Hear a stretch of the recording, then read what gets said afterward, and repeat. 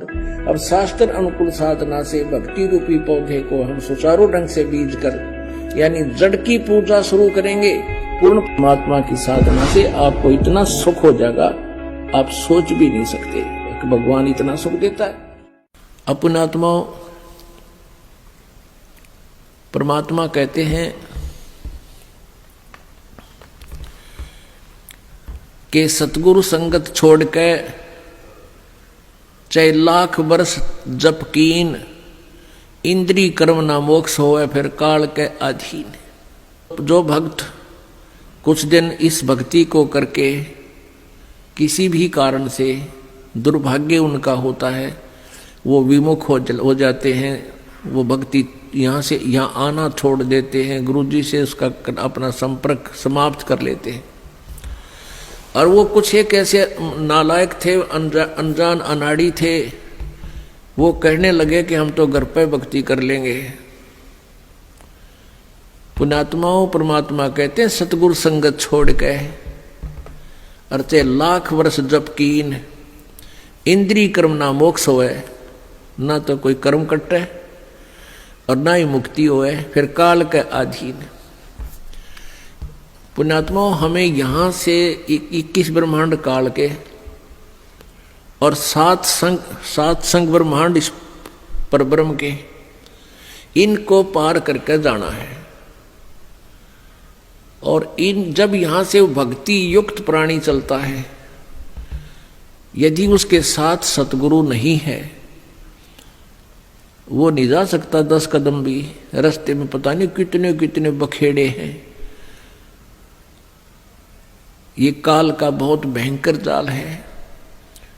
हमने उन्हीं रास्तों से जाना होता है जैसे हम शरीर में ही हमारे कमल बने हुए हैं। इन कमलों में से हम चलेंगे तो सबसे पहले गणेश जी का लोक आवेगा, और गणेश जी के लोक में हम जाएंगे, गुरु जी साथ होंगे, तो वहाँ आपका अकाउंट क्लियर करा के आपको फिर आगे ले चलेंगे। और यदि सतगुरु साथ नहीं है और आपकी पिछली पुण्य कमाई पिछली है और आप गुरुद्रोही बने नहीं, वैसे भक्ति छोड़ दी, आना बंद कर दिया, तो वो जो पिछले उस दौरान गुरु जी के संपर्क में रहने के दौरान जो तुमने भक्ति की, ये 7 मंत्र की या 2 मंत्र सतनाम की और सार नाम की, तो गणेश जी का जो जाप आपको दिया जाता है उन 7 प्रथम मंत्र में, उस मंत्र की कमाई से आप जी पहले गणेश जी के लोक में जाओगे। और वहां पर इतने नाच गाने डांस, बड़ी पता नहीं कितने हर तरह की, यानी आत्मा वहां जाती है तो उसका सूक्ष्म शरीर होता है, स्त्री जाती है तो स्त्री वाला ही होता है, पुरुष जाता है तो पुरुष वाला ही होता है। तो प्रत्येक लोक में जाते ही वहां हर तरह के नाचने गाने बकवाद, तो अकाउंट कराना तो भूल जाते हैं, उस रेस्टोरेंट में भ्रमित हो जाते हैं।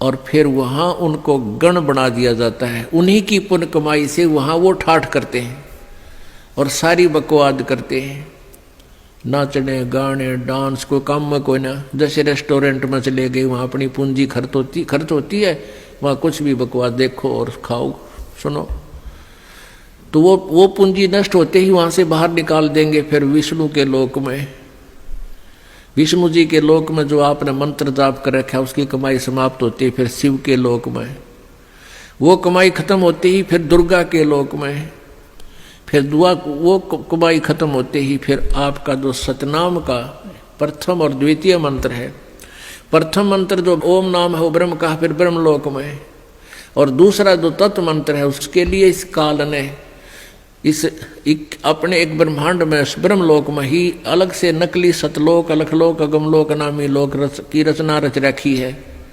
उस दूसरे मंत्र की जो सतनाम के अंदर जो 2 मंत्र हैं, उसकी कमाई से उसको ऊपर नकली सतलोक में छोड़ देते हैं। और जिसने तीसरे नाम का भी जाप कर रखा है उसके लिए काल ने वो आगे के अलखलोक और अगमलोक और बना रखे हैं नकली, उनमें पड़ा रहे। और जब इसका कत्ती सारा नाश हो ले भक्ति का, फिर नरक में ठोक देते हैं। यानी इस प्रोसीजर में हजारों युग बीत जाते हैं, उसको पता भी नहीं चलता त्रिगेला के बिरान मैटी हो रही है। तो सतगुरु कहते हैं शिव मंडल ब्रह्मापुरी चाहे विष्णु लोक में हो, अमरे गुण भूले नहीं तो आण छुटाऊं तो। अब कई पुण्यात्मा कोई ज्ञान तो खूब सुन लिया और कोई दुर्भाग्यवश यहाँ से दूर भी हो गए, तो वो फिर इससे या तो शिव मंडल में, शिव के लोक में, या ब्रह्मा के लोक में, या विष्णु के लोक में जा रहा है, फिर वहाँ कमाई वह मौज मार रहा है। तो उसके हृदय में यो ज्ञान अंतःकरण में समाया हुआ है, तो उसको याद आएगा कि गुरु जी तेन्यू क्या करते। कबीर परमात्मा के ज्ञान को बताते थे, यहाँ तो हमारी पूंजी नष्ट हो रही है, हम तो गलत आ गए, हमने तो यहाँ नहीं आना चाहिए था। कहता वहां भी तू हृदय से रोएगा ना मेरे लिए कि भगवान मैंने छुटा लो, कहते वहां से भी तुझे छुड़ा लाऊंगा। अब देखो पुण्यात्माओं, ये सु अवसर आपके लिए, जय इसमें पार तय होगे तो होगे, नहीं यू किया हुआ कर्म शुभ तुम्हारे साथ रहेगा, फिर उसका फायदा क्या होगा, के बनेगी। परमात्मा कहते हैं शिव मंडल ब्रह्मापुरी चाहे विष्णु लोक में हो और हमारे गुण बोलना नहीं थे, वहां भी आण छुटाऊं तो ही। मान ले आप चले गए गुरु जी से, यहां से विमुख हो गए और आप चले गए विष्णु जी के लोक में, और वहां आपकी याद आ गई, ओहो रही हम तो गलत आ गए भगवान, यहाँ तो बहुत गलत आ गया, हमारी पूंजी नाश होगी। वहां भी आप रोने लग गए तो वो मालिक परमेश्वर आएंगे और वहां से भी आपको ले जा करके कहाँ रखेंगे। यहाँ एक मिनी सतलोक है, प्रत्येक ब्रह्मांड में एक मिनी सतलोक है, परमात्मा का अपना राजदूत भवन है। जैसा प्रत्येक देश में प्रत्येक देश का एक राजदूत भवन होता है, ऐसा परमेश्वर का एक स्थान है। तो उन आत्माओं को जिनकी पूंजी व्यर्थ ना होने दी, जिन याद आ गई, उनको वहां से लेकर वहां रख देंगे अपने मिनी सतलोक में और बीज रूप में। और वहां परमात्मा के लोक में, मिनी सतलोक में परमेश्वर की तरफ से सब आपको सुविधाएं आहार मिलेंगे, उससे आपकी पूंजी नष्ट नहीं होगी। उस वापस फिर उस पूंजी के आधार से आपको फिर पटकेगा परमात्मा सतयुग में।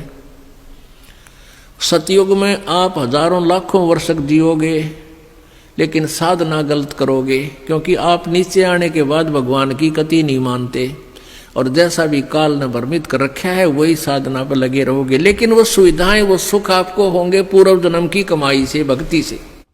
और आप सोच रहे होगे कि मैं जो भक्ति कर रहा हूं, ये साधना कर रहा हूं, मुझे इसी से सुख है। इस प्रकार सतयुग त्रेता द्वापर में आप अपने पुण्यों का नाश कर लोगे, कभी राजा बनोगे, कभी पृथ्वीपति बनोगे, कभी स्वर्ग में जाओगे हैं, और फिर आप कलयुग में होगे। और कलयुग में आपका मानव जन्म होगा, फिर यही प्रोसीजर फिर होगा आपको, फिर कभी आकर के हजारों लाखों युगों के बाद ये सुअवसर प्राप्त होगा।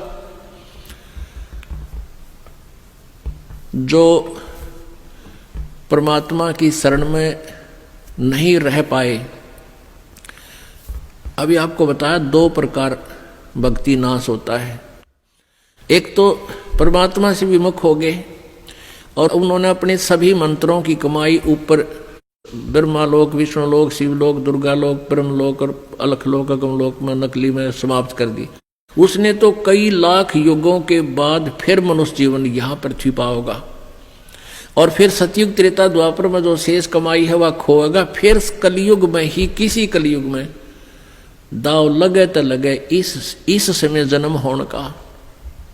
एक दूसरा वो होगा जो परमात्मा याद आ गया विष्णु लोक में जाकर, उसको परमात्मा ले गए छुड़ा कर अपने रख लिया मिनी सतलोक में, और वहां से फिर पटक दिया। तो वो भी सतयुग से जन्म लेता हुआ बीच में राजा, चक्रवर्ती राजा, पता नहीं के बन के अपने पुण्यों को बहुत को नष्ट फिर भी कर लेगा। और फिर कलयुग में इसी समय बिचली पीढ़ी में ही दाव लगेगा, लगे तो लगे ना भी लगे।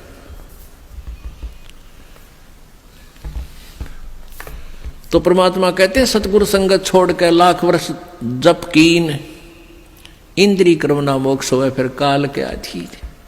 जब ये प्राणी यहाँ से चलता है, आगे नरी अप्सराएं नाच रही होती हैं, या युवा देवता होते हैं, दोनों तरफ के मेल फीमेल को अट्रैक्शन करने के लिए इसने पूरा जुगाड़ कर रखा है।